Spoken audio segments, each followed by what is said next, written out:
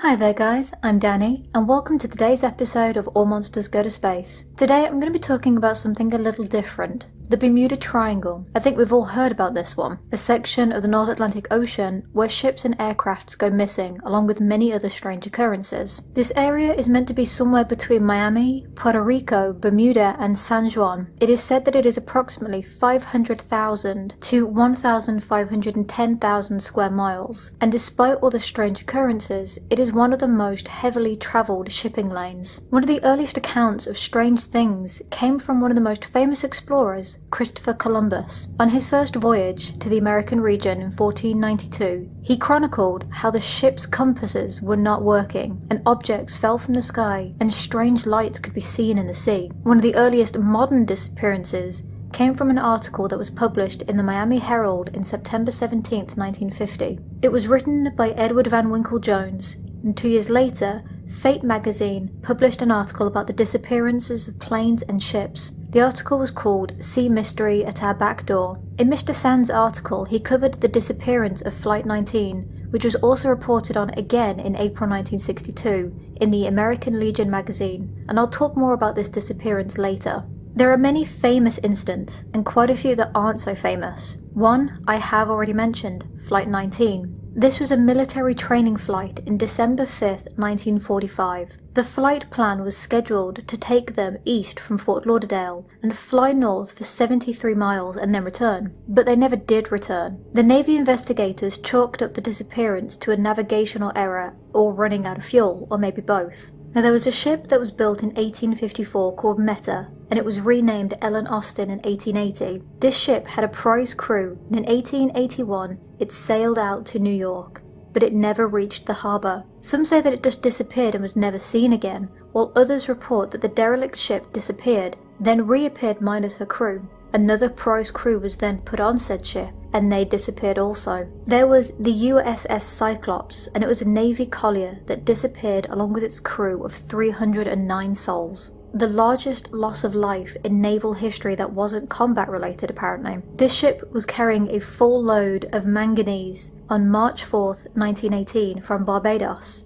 Two of her sister ships, Proteus and Nereus, also sank and was lost in the Atlantic, and they were all carrying metallic ore. A theory for them all sinking has actually been speculated to have been due to structural failure, due to them probably having been filled with too much. On August 28, 1963, a pair of US Air Force KC-135 Stratotanker aircrafts collided with each other, and it's believed that their debris just completely disappeared. On January 17, 1949, the Geagras Star Ariel disappeared on a flight from Bermuda to Kingston. A year before, on January 30th, the GAHNP Star Tiger also disappeared. Both of these planes were functioning at their limits, and even the slightest fault could very easily have been the cause of them malfunctioning. And another military disappearance was the Douglas DC-3.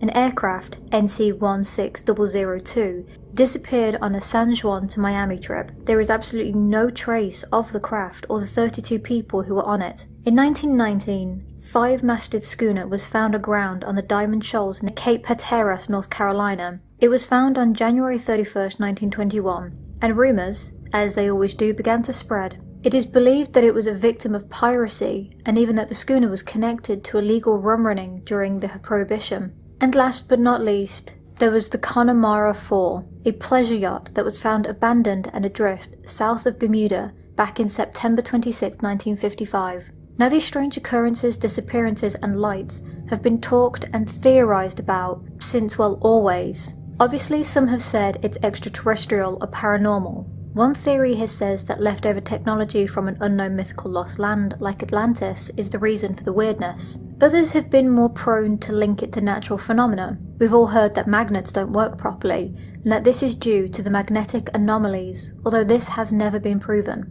Another theory that meteorologists have put forward is that it could be due to the strange hexagonal clouds that have been found in the area. These clouds can create 170 mph air bombs. These pockets of air reach about 20 to 55 miles across, and the winds are apparently so strong they can come down with so much power that they create waves as big as 45 feet. Another natural phenomenon theory is that it could be methane hydrate pockets, These are large areas of natural gas on the continental shelves. These gases change the density of the water. It becomes decreased and the ships sink in it because there's just no buoyancy. But although there's this theory, it doesn't really explain planes' disappearances. Now these pockets can create what's called frothy water, and these areas have decreased buoyancy as I've already mentioned. These then form randomly and completely without warning. So if they form around a ship, that's it, the ship is sunk. Also, there is a Gulf Stream. The Gulf of Mexico then goes on to flow through the Straits of Florida. It has a surface velocity of 6.6 feet per second.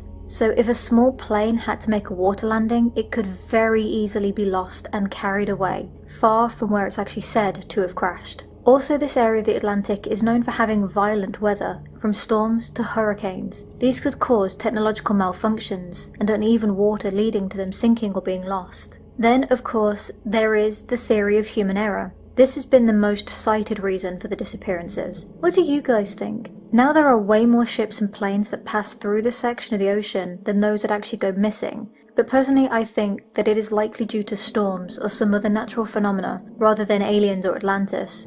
But as the saying goes, stranger things have happened at sea. So thank you for watching. I hope you enjoyed this video. If so, leave a like, subscribe and hit that bell to be notified of our future videos.